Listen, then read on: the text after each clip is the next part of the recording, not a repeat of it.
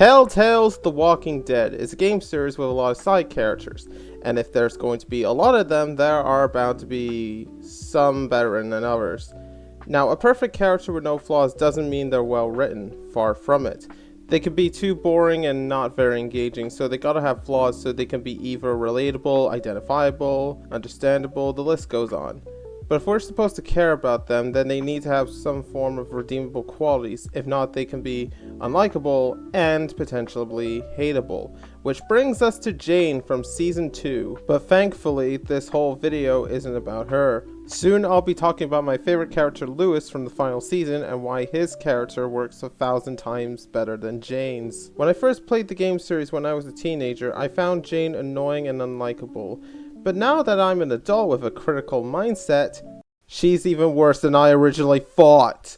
Jane's character is broken to the core, and in this video I'll explain why I feel this way.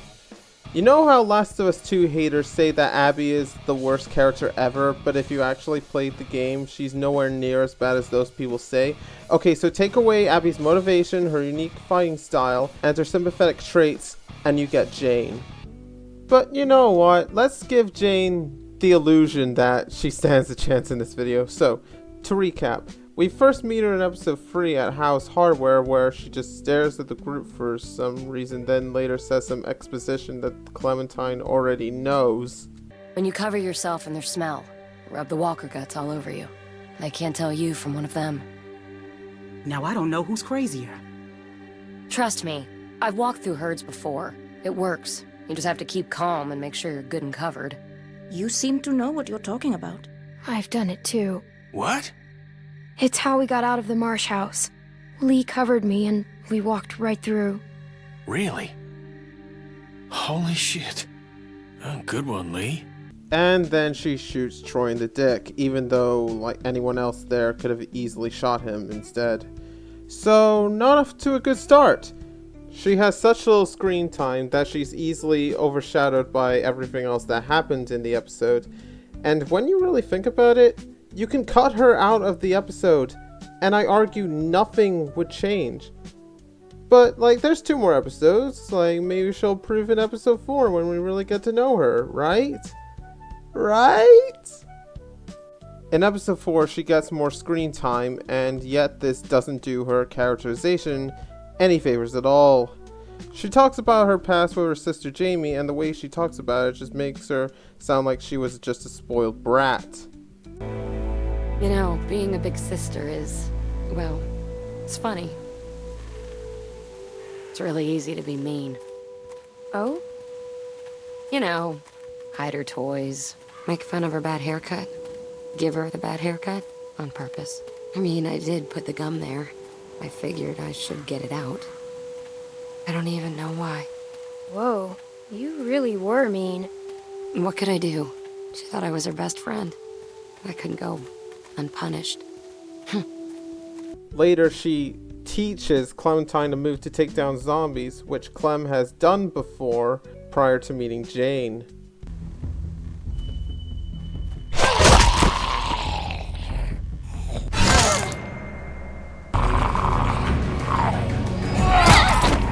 Then she suggests leaving Sarah for dead when she has a panic attack. And regardless of your own personal feelings to Sarah, it's still a dick move to just leave her to die a slow, grim death like that. Afterwards, she tells Clem and Luke how Jamie died and that she left her behind. Walkers cornered us, forced us up to the roof. And when they kept coming, I couldn't make her jump, couldn't throw her. So I tried something else. I told her she could have what she wanted, and I left her there. Jumped to the next building over by myself. You left your sister? How could you leave your sister? I don't know. She shows very little regret for what she did, therefore the scene fails to make me sympathize with her. Later, Clem has to go check on Jane, and they both find a place for the pregnant woman Rebecca to have her baby. And then suddenly some random guy comes along and Jane suggests stealing some medicine from him, and regardless of the player's choice, she ends up stealing his gun. Keep this in mind. The next time we see her, she's just got done having sex with Luke, even though she knows that Rebecca has gone into labor. Are you okay? How does it feel? It feels wet. That's how it feels. What's going on? Rebecca's water broke. Why did she think now was a good time to have sex? Who is she? Jacob Taylor? Lastly, at the end of the episode, she just leaves the group. Then the guy who she robbed, Arvo, comes back with backup for revenge for what Jane did. I told them you are the ones who robbed me. They think it's funny that you're just a little girl. Robbed? And they want you and your friends to put down the guns so we can take your things. So that technically makes her responsible for Luke getting shot in the leg, which also results in his death, by the way. You may have noticed by now that I haven't said anything nice or redeeming about Jane's character, and that's because there's none. You may be commenting, oh, but she cares about Clementine. Well, other characters like Bonnie care about Clem, and they still go out and stab her in the back. Not to mention that Jane just abandons her at the end of episode 4, need I remind you? And don't get me started on ANF, oh my god. In episode 5, she returns at the very last second and stabs one of Arvo's guys in the throat, even though I feel like anyone else could have easily shot him, just like Troy. Then all of a sudden, everyone's just a-okay with her rejoining the group, even though this whole conflict with Arvo started because of her. And Kenny's the only one that brings this up. You stay out of this! You're the reason these fuckers came after us in the first place! And yet all the dialogue options are defending her dumbass for some reason. Then she says that she'll never abandon Clem ever again. All I can do is promise you I won't abandon you again. Keep this in mind. Later, Jane tells Clem a stupid story about how she ate glass when she was young. I wasn't too much older than you when I had my first drink. God, I was so stupid back then. There was this time I broke into my parents' liquor cabinet and drank a whole bottle of this really spicy, sweet liquor. Oh, what was its name? I was dumb. Earthquake or something. Sounds like you were a bad kid. I guess I was.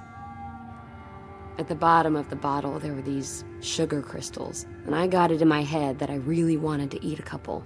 So I got the bright idea to smash it on my parents' dining room floor to get at them. And it shattered into 1,000 pieces, all over the dining room. Wow, that's really stupid. Yeah, Clem. I was drunk. The problem with glass is, it looks a lot like sugar crystals. That's never really been a problem for me. Keep it that way. My sister found me, drunk, blood pouring out of my mouth. Jamie thought I was dying, so she called 911. They pumped my stomach. You ate glass? I ate glass.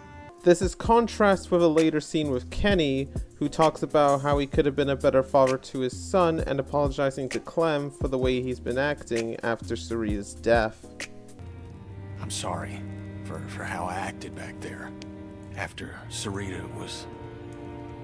I couldn't handle it. I'm sorry. I mean, you did what you could. You tried to help, and I blamed you for it. I'm so sorry. You don't have anything to apologize for. I know you didn't mean it. Thanks. I miss my boy. I miss him so much. I didn't raise him like I should have. Made mistakes. Wasn't there a whole lot for a couple years. Off on a boat somewhere or other. I thought I enjoyed that time away from him. From my family. But I'd give anything for one more second with them. And I'm not a big Kenny defender. If I was, the second half of this video would be about him and not Lewis. It's just that clearly one scene is better written than the other here. Fast forwarding a bit, Jane goes off about how she thinks Kenny has gone off the deep end, which coming from her just makes her look like a massive hypocrite with all the things that she's done. Speaking of Jane being a hypocrite, earlier she said this. We're gonna freeze to death. I don't know whose stupid idea it was to march up here in the first place, but it was a bad one. When it was her idea. There is house, food. Please. Please, I can take you. Kenny, back off. If he's telling the truth, it could save all of us. He's lying. We can't trust him. It's worth the risk to check this place out. Trust him, don't trust him, it doesn't matter. We should go anyway. Do you see now why I hate her? Also, while I'm at it, remember that guy she robbed, Arvo? Yeah, all of a sudden, now that Kenny has beef with him, she defends his ass. You want to tell me how a can of fucking chili is gonna help How a is baby? beating a kid to death gonna help anyone? Don't you ever come around here again. I don't care if you do have some sick sister. The next time I see you, you won't just be walking away. Go. Alright, let's get this over with. Once the group reunites after getting separated by a snowstorm, Jane arrives on her own when she had Rebecca's baby, AJ, last. Then Kenny accuses her of leaving AJ for dead, which, knowing her, sounds very likely. And then they fight, which results in Jane's death, if Clementine doesn't intervene.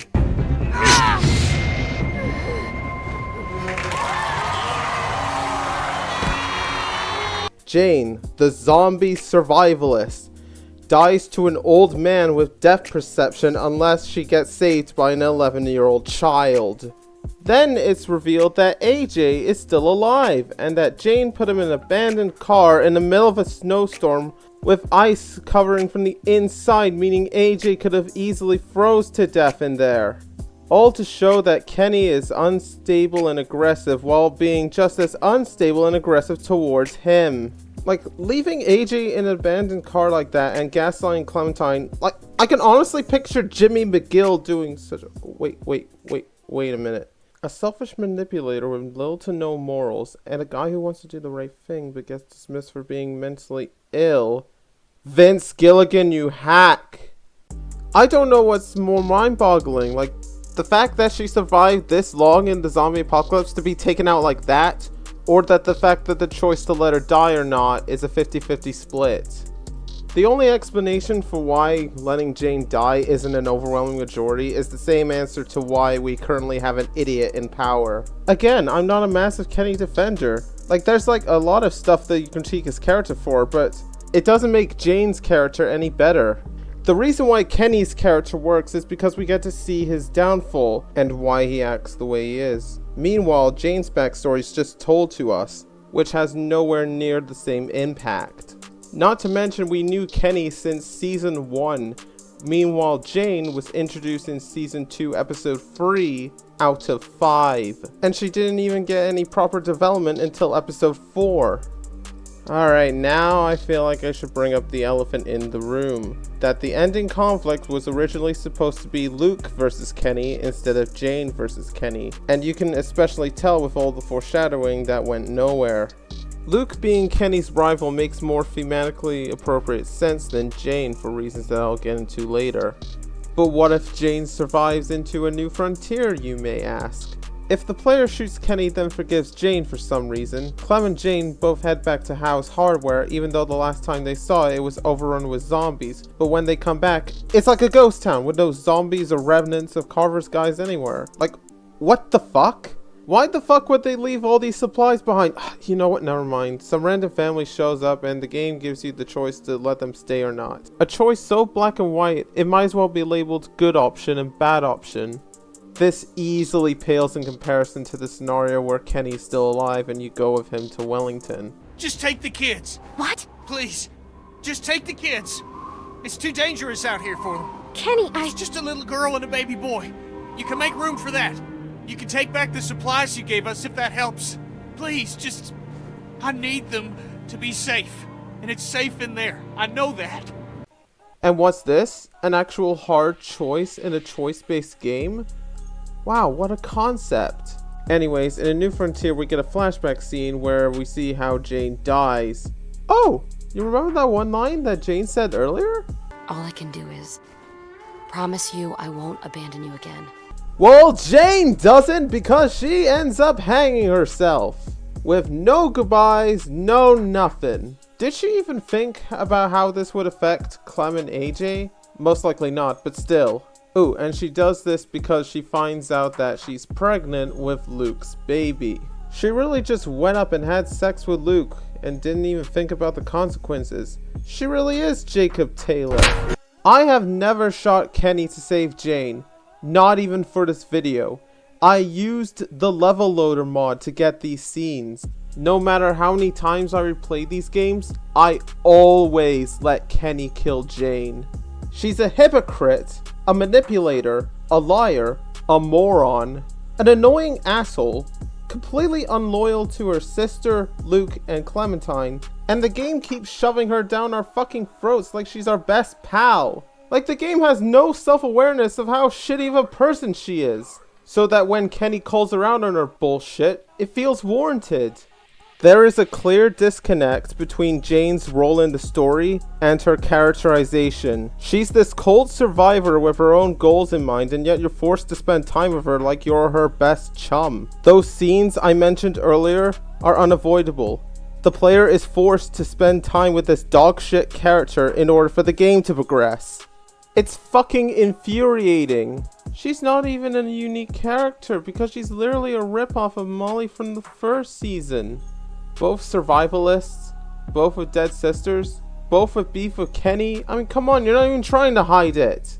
Now I want to go over my ideas of fixing Jane's character. Completely scrapping her would be too easy, so here's my 2 cents on improving her. Either A, make her a full-on antagonist, just a straight-up villain if you're not going to give her any redeemable factors. Like maybe give her Troy's position as Carver's right hand. I honestly feel like that can work. Like, she can be a parallel to Clementine if she never had people like Lee to guide her. Similar to how Carver is a reflection to Kenny. And after Carver dies, instead of doing the stupid Russian plot, how about have Jane go after them in the name of revenge? Or B, scrap the beef that she has with Kenny and give her a redemption arc. Have her do something heroic to help out the group, therefore redeeming herself for abandoning her sister Jamie. Either way, this gives Luke his time to shine, and we would have the original plan of the Luke versus Kenny fight. Luke makes way more sense as Kenny's rival because they're both two sides of the same coin. They both have experienced loss, Kenny with his family as well as Sarita, and Luke with the cabin crew. The major difference between the two is that Luke still holds on to morality, while Kenny has completely abandoned it. I think maybe the reason why Telltale didn't go through with this is because they thought they'd be way too similar. Well, I argue Jane's more similar to Kenny than Luke. They're both aggressive survivalists. The major difference is that Kenny's consistent, while Jane's filled with so many contradictions it's entirely impossible to see her point of view. Not to mention Luke has been in every single episode of Season 2, giving him way more screen time than Jane. I don't know, I'm just spitballing here. Feel free to leave any ideas to fix Jane's character in the comments. I just want to talk about my favorite character now. Oh my darling, oh my darling, oh my darling Clementine, you are lost and gone forever. Stop. Now. Dreadful sorry, Clementine. Lewis is a character that seems like a one-note comic relief at first, but the more you get to know him, the more depth and complexity is revealed. So let me explain why, out of all characters in Telltale's The Walking Dead, why he is my favorite. Genesis 1. In the beginning, God created... I'm fucking with you.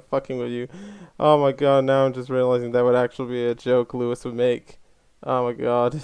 Lewis is one of many kids who have been sent to a boarding school for troubled youth and were left to die by the teachers when the zombie apocalypse first began. His introduction scene is great, establishing his flamboyant behavior and that sharp tongue of his. Watch your kid for you. My name is AJ. Excuse me. I watched AJ for you.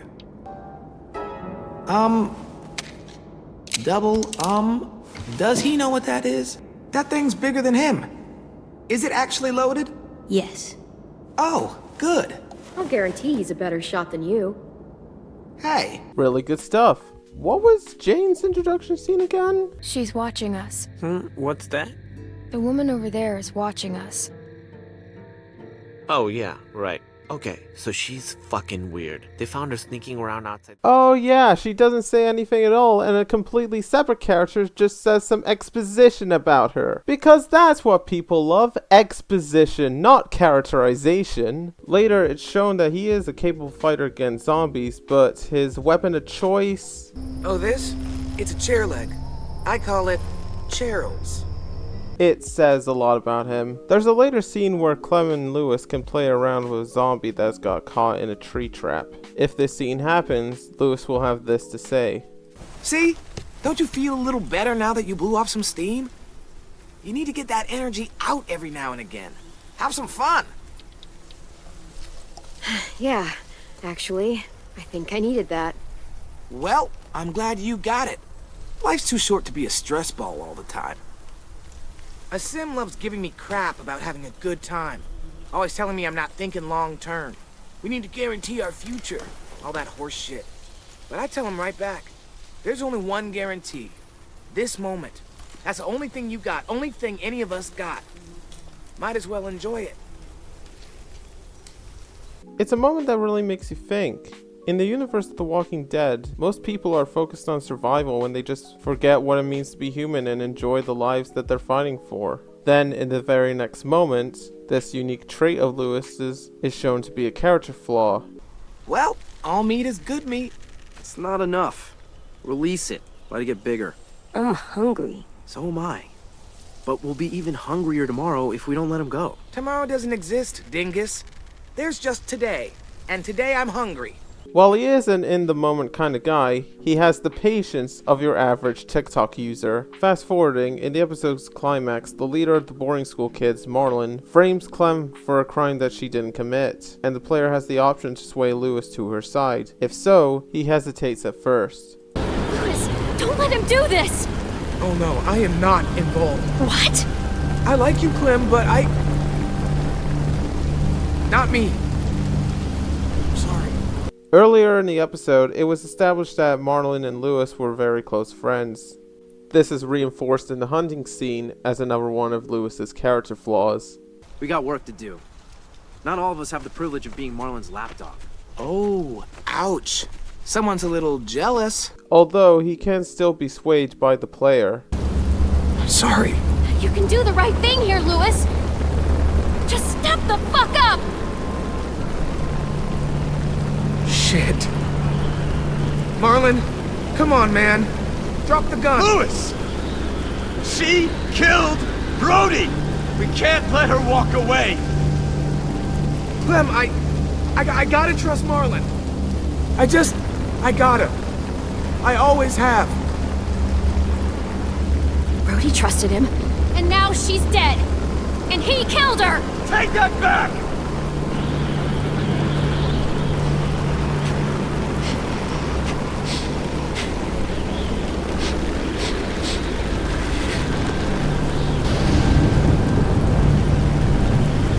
You don't know what you're doing, man. Come on, dude, just drop the gun. This is how adults do things, not us. And all of this was in episode 1 of the final season. Just in one episode, Lewis has more depth and consistency than Jane in the entirety of season 2. But then, after Marlon surrenders, AJ shoots him dead, and most of the boarding school kids, including Lewis, starts to fear and turn on him. He's dead. The kid blew his brains out. You shot him. He's dead. You're a murderer. Marlon, he was down.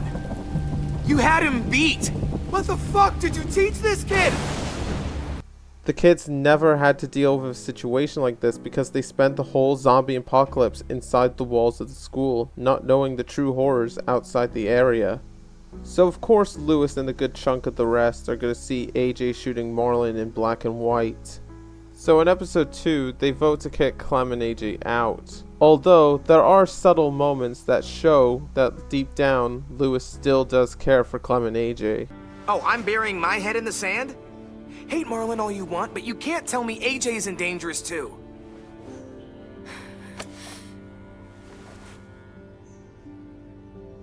This is especially shown if the player gives Lewis AJ's gun. Hand it over. Is this necessary? Hell yes, it's necessary. Give it to him. I might need it. AJ, now.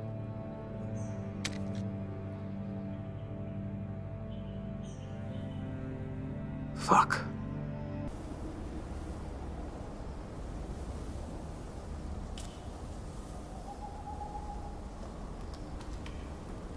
I must be stupid. I can't leave you out here unarmed.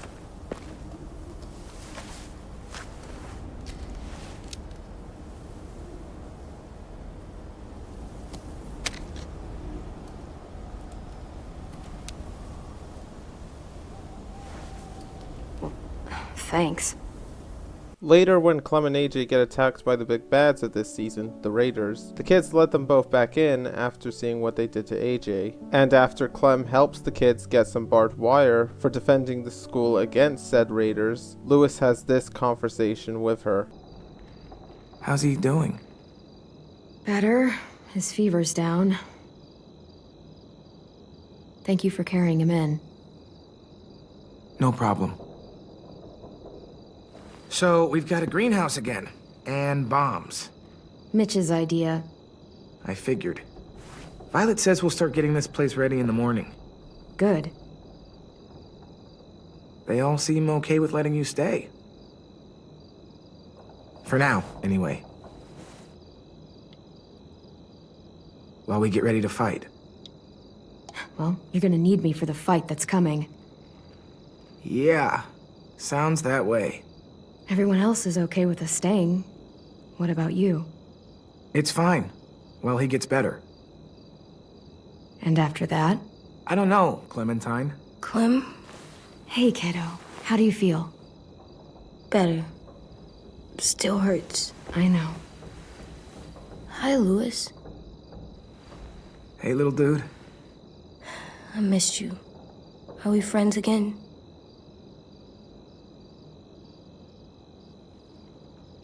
Just get some sleep, okay? Lewis? I really missed you. Missed you too. Good night.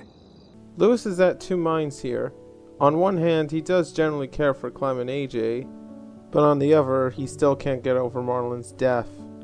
Next, he has this great scene where he starts to take responsibility for everything that has recently happened. I'm just gonna let it play out. It's a great scene. Shit.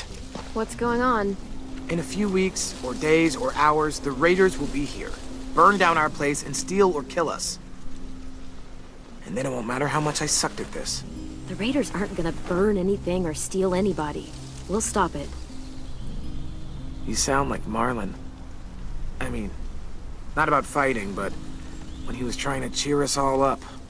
For years, I sat around making stupid jokes, playing stupid games, while my best friend was left with all the responsibility, all the tough calls, all the sleepless nights, and eventually, a bullet in the head. And I didn't do a damn thing about it. And then when you tried to tell us what he was really like, and AJ shot him, I blamed you. Both of you. If I could take it back, I would. I knew that the day you got back. I forgive you. I understand why you did it. I'm not angry. He was my best friend, almost like my brother, but the things he did, they were fucked up. Oh my god, a character with progression? Jane would never.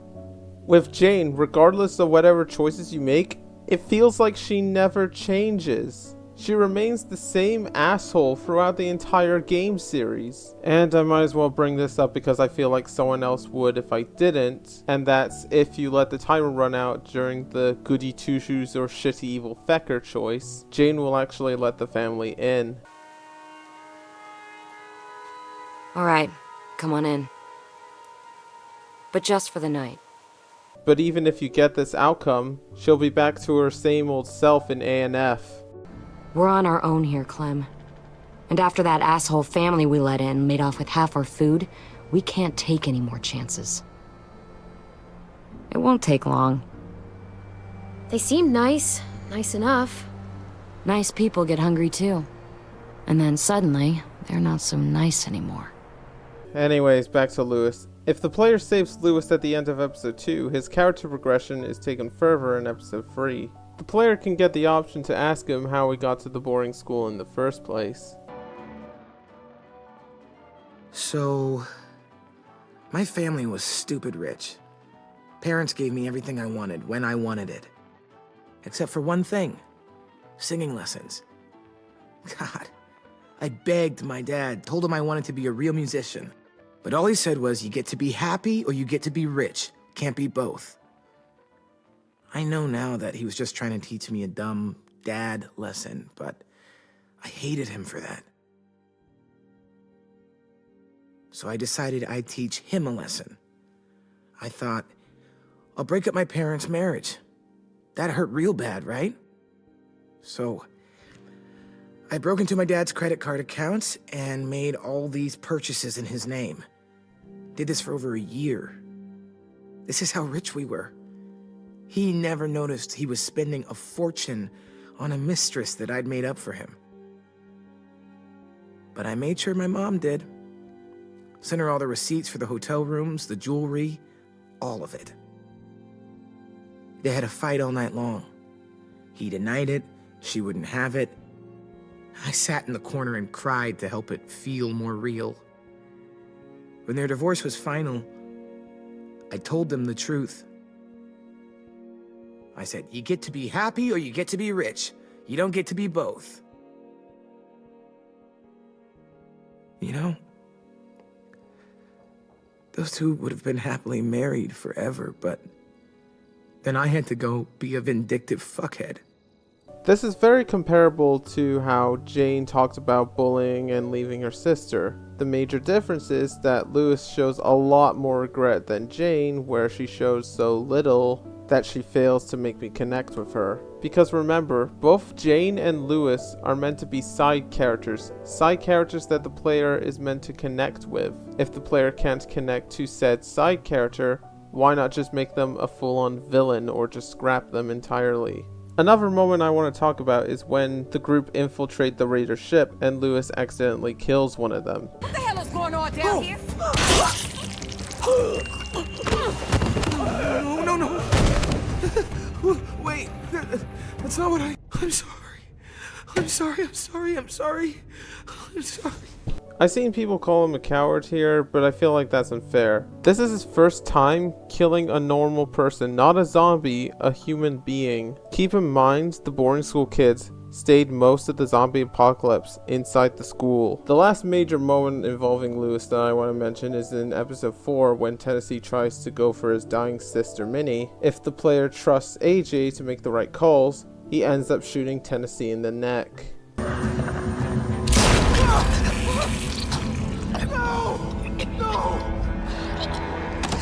Louis, jump!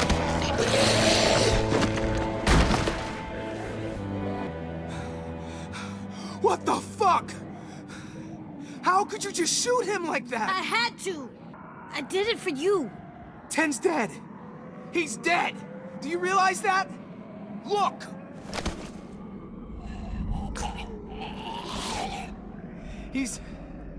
He's gone.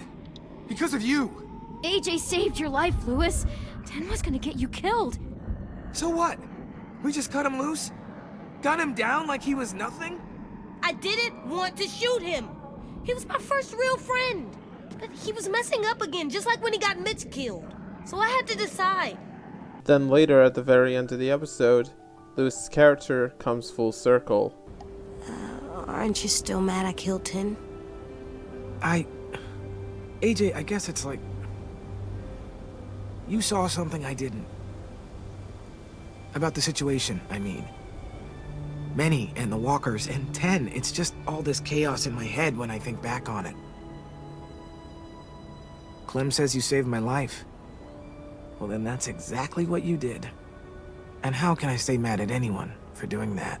From fearing and resenting AJ for shooting Marlon, to understanding what he had to do to save his life.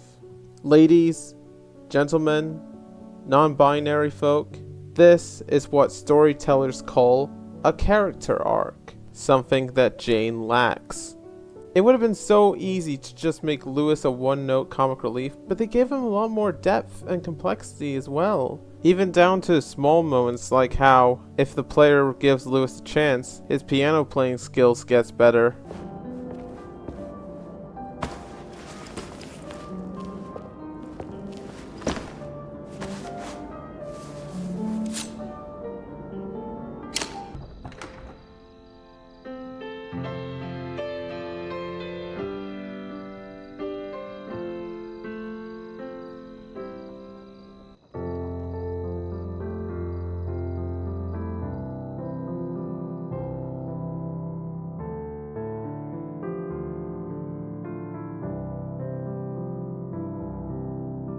Despite coming very late into the game series, his characterization stands toe-to-toe against Lee and Clem.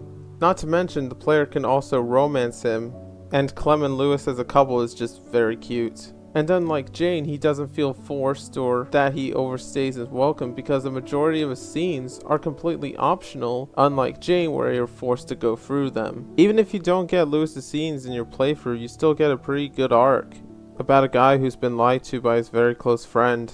And before I wrap up this video, I want to compare one more thing between Lewis and Jane: their music themes. Let's listen to Jane's first.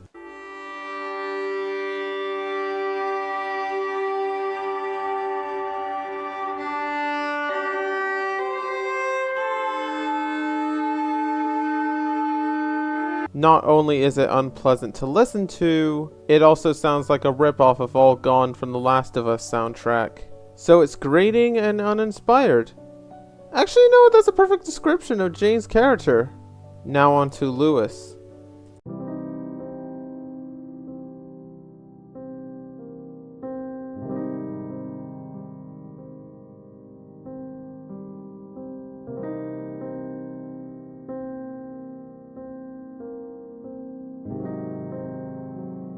Lewis's theme fits his dilemma in the story very well, and if the player romanced him, his theme will change to this.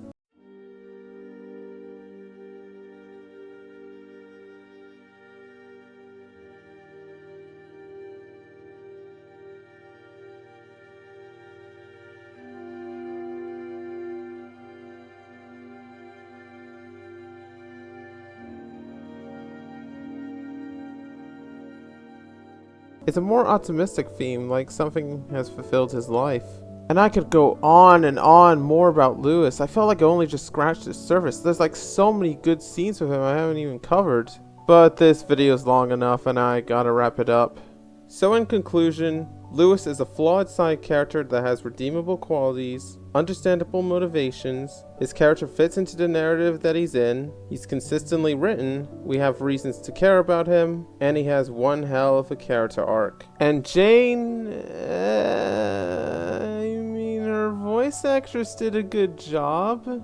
I can tell that she's trying to make Jane work. But you know what, she's probably laughing all the way to the bank now. She must have moved on to bigger and better projects. I mean, you can only go up from Jane, right? Wait!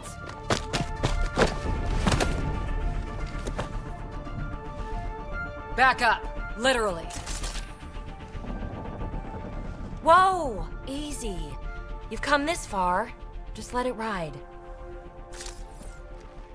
I've been studying this tech for months. I don't know how you activated those glyphs, but you have to let them cycle through their channels. It's going to be all right. Trust me, okay? Oh, crap.